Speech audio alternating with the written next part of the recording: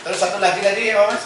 Permainan saya ya dengan materi pemainnya ya. tidak jauh berbeda kok bisa. Jadi untuk bisa memaksimalkan pelatih yang bagus itu adalah bagaimana pemain ini bisa maksimal 100%. Ada contoh yang cukup kita sayangkan dulu ya, karena mungkin sedikit berkali kita dulu pernah punya pemain striker hebat, Kurniawan. Kurniawan tuh nggak ada sampai sekarang pemain sehebat dia striker. Dia pintar, dia cepat, dia agresif, semua punya dia. Tetapi ketika dia punya kemampuan 100%, dia cuma hanya 70%, nggak sampai mentok. Karena apa? Dari gaya hidup bisa, dari pengaruh lingkungan bisa.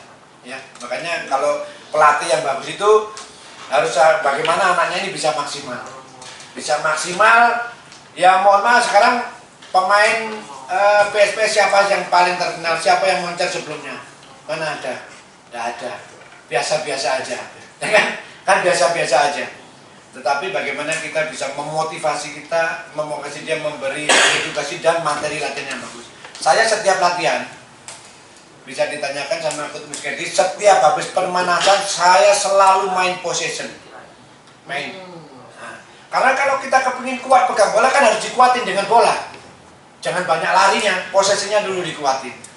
Jadi banyak sekali di possession ini juga ada larinya, tapi kalau kita lari aja tanpa bola, apalagi anak-anak usia muda itu namanya mengisolasi sepak bola itu sendiri.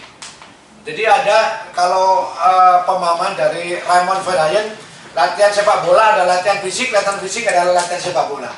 Jadi apapun yang kita latihan ketika usia muda, semua harus dengan bola. Nggak boleh lagi anak-anak muda ini lari 100 meter, nggak bisa. Kan bisa dengan bola, pakai dribbling, running with the ball kan bisa. Saya selalu main, kalau anak-anak kecil memang harus agak lebar sedikit biar dia lebih ya. Kalau sudah agak expert, sudah agak bagus, baru areanya diperkecil. Itu kalau di Eropa Mas, karena orang pro itu lapangan nggak pernah besar main. Lapangannya kecil-kecil terus. Karena apa? Disitulah sepak bola sebenarnya. Benar nggak? Selalu ketemu momen-momen sepak bola, ketemu press, bagaimana kita menghindar, bagaimana kita passing, bagaimana kita memberi umpan di antar lawan, bagaimana kita support. Nah, dibesarin dikit, kalau udah bagus nih baru dikecilin. Jadi itu saya lebih banyak main rondo, lebih banyak main possession, tapi harus ini yang selalu saya tekankan kepada pemain ketika main possession atau main rondo. Satu, jangan terlalu lama dengan bola. Bukan tidak boleh dribbling, boleh, tapi pemain yang bagus itu Mas, bukan yang setiap saat bisa melewati orang dribbling, bukan itu kriteria pemain yang bagus, bukan hanya itu. Tapi pemain yang bagus adalah dia tahu kapan saya harus one touch, kapan saya harus kontrol, kapan saya harus sweet play, kapan saya harus lewat, kapan saya harus kombinasi 1-2. Kalau pemain sudah menguasai itu enak. Nah untuk itulah kita selalu memahamkan, selalu ketika dia main possession selalu kita ingatkan coaching on the run namanya. Kita berbicara ngomong, hey, satu sentuhan, sweet play, gak perlu kontrol, passing di antar lawan, kombinasi, selalu saya ingatkan begitu. Saya ingatkan gitu masih sering lupa kadang-kadang. Waktunya nggak usah dikontrol, masih dikontrol. Itu harus kita stop. Nggak boleh sekali sentuh.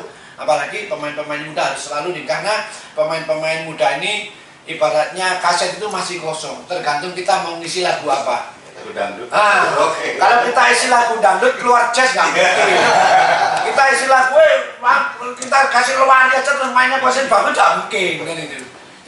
Jadi pemahaman itu coach yang perlu diperhatikan ketika supaya anak ini kuat pegang bola, banyak main rondo, banyak main possession sambil di coaching. Coaching tadi, kalau nggak perlu kontrol jangan kontrol, kalau bisa one touch, banyak. Ini penting juga, banyak passing di antara lawan. Kalau saya menyerang ke sana nih, nyerang ke sana, saya pegang bola di sini. Ada pilihan ke depan, ke samping, ke belakang. Saya passing ke samping 100, ke kiri 100% shift. Saya passing ke kanan 100% shift. Saya passing ke sana 60% shift. Saya berani ke depan. Apalagi kalau di sepertiga pertahanan lawan, kan lapangan dibagi tiga, sepertiga pertahanan, sepertiga lapangan tengah, sepertiga penyerangan.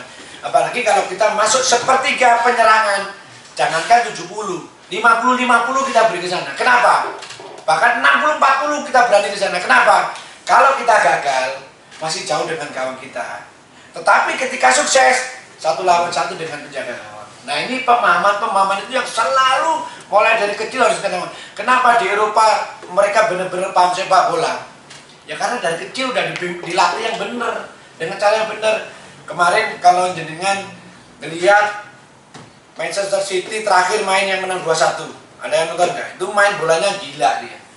Dia main bolanya Manchester City, nggak di lapangan belakang, nggak di lapangan tengah, di lapangan depannya lah pertahanan lawan, sepertiga pertahanan lawan, semua orang di situ.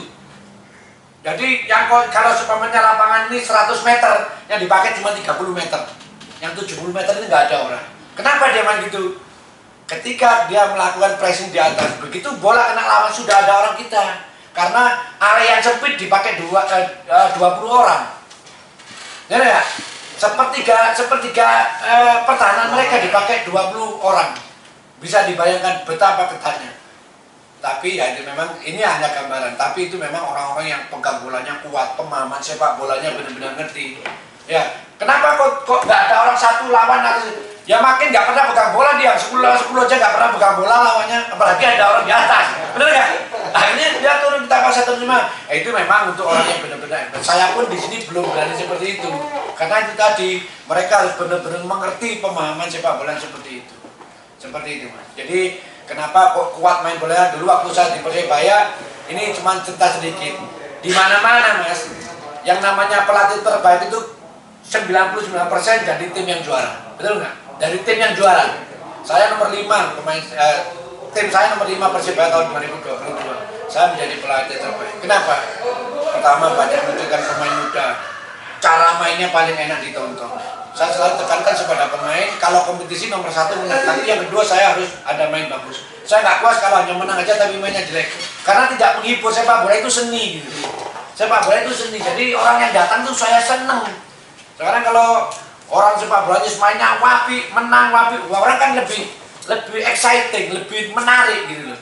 Jadi seperti itu harus banyak dikurangin lari, harus dengan bola, capping sama bola kan bisa. Ya, umpamanya nih kajar 10 meter bisa dorong tuh capping, oversize itu kan juga latihan fisik juga, tapi tidak mengisolasi sepak bola itu sendiri, selalu melibatkan sepak bola meskipun latihan fisik. Jadi tidak boleh lagi lari 15 putaran, 10 putaran, aduh, ya nggak kuat-kuat main bolanya akhirnya, gitu loh. Jadi itu tadi, latihan sepak bola adalah latihan fisik adalah latihan sepak bola. Tidak boleh usia muda meninggalkan bolanya.